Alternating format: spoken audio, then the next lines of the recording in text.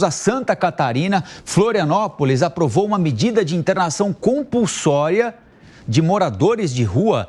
Cristiano Daros, queria que você explicasse um pouquinho melhor para a gente do que é internar compulsoriamente, ou seja, obrigatoriamente um morador de rua onde, em que circunstância. Isso ainda depende de sanção do prefeito, né? Bom dia. Para mim, exatamente. Agora veio. Muito bom dia para quem nos acompanha aqui no Jornal da Manhã. Exatamente, essa aprovação ocorreu ontem na Câmara de Vereadores em segundo turno.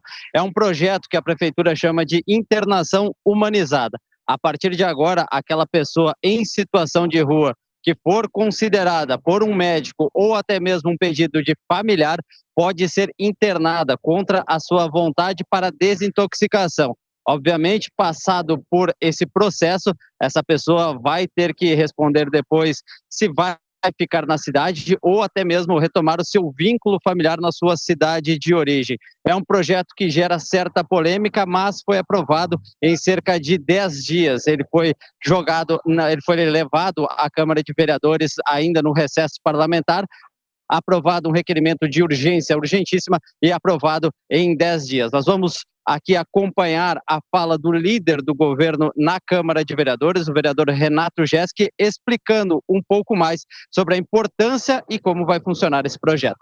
Temos três categorias, que é o de vulnerabilidade, aquele que passa a ser um agressor dentro do meio, na rua e com quem ele convive. Outro é o dependente químico e aquele que tem transtorno mental, que já não responde mais por si.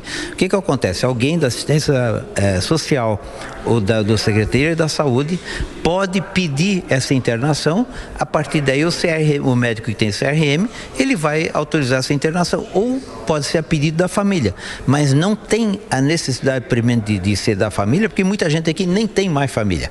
A partir dessa internação, tem 90 dias de tratamento. Se aparecer algum familiar e entender que essa internação ela não é interessante, o próprio familiar ele pode pedir a retirada no segundo dia, sem nenhum problema, e leva para casa. Esse projeto foi aprovado e agora depende de um decreto. Esse decreto do Executivo vai especificar como vão funcionar as clínicas parceiras da Prefeitura que estarão aptas a realizar esse tipo de tratamento, assim como o investimento e o número de vagas. Hoje, estima-se que em Florianópolis se tenha mais de 1.000 moradores em situação de rua. E essa situação foi levada à Câmara de Vereadores após uma crescente violência dessas pessoas em situação de rua. Um jovem, ano passado, de 17 anos, foi morto em um dos pontos turísticos aqui de Florianópolis, e outras pessoas foram agredidas ainda em 2024 por pessoas em situação de rua. Isso levou a uma resposta rápida do Executivo, obviamente sendo trabalhada diretamente com a Câmara de Vereadores. E outros municípios também já trabalham isso em Santa Catarina. Hoje à tarde, a Prefeitura de São José promove audiência pública para discutir a internação involuntária ou internação humanizada, como está sendo trabalhada aqui em Santa Catarina. Mais um município vizinho à capital que deve ir nesse caminho e aprovar rapidamente essa internação involuntária das pessoas em situação de rua. Colombo. O Cristiano, só me tira uma dúvida, eu não entendi o seguinte, é uma internação obrigatória de qualquer morador de rua ou um morador de rua que tenha alguma espécie de vício? Eu não entendi isso exatamente.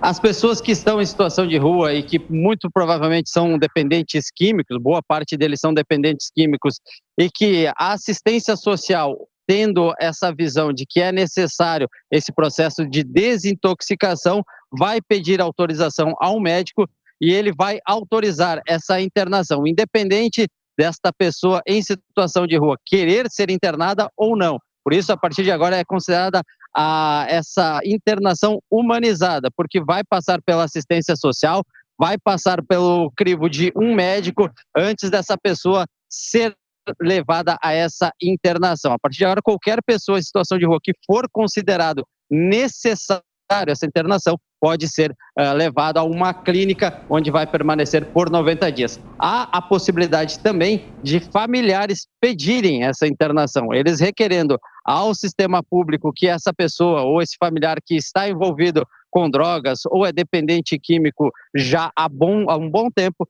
podem pedir essa internação e mesmo contra a vontade do cidadão, ele pode ser internado para essa desintoxicação. Obviamente, depois ele vai passar por programas da Prefeitura de Florianópolis para ser ressocializado, mas se ele não for morador aqui de Santa Catarina ou for morador de outro município catarinense, ele pode ser conduzido à sua cidade de origem, se assim for o desejo e se for conquistado esse vínculo com a família, essa reconstrução dos vínculos familiares com essa pessoa.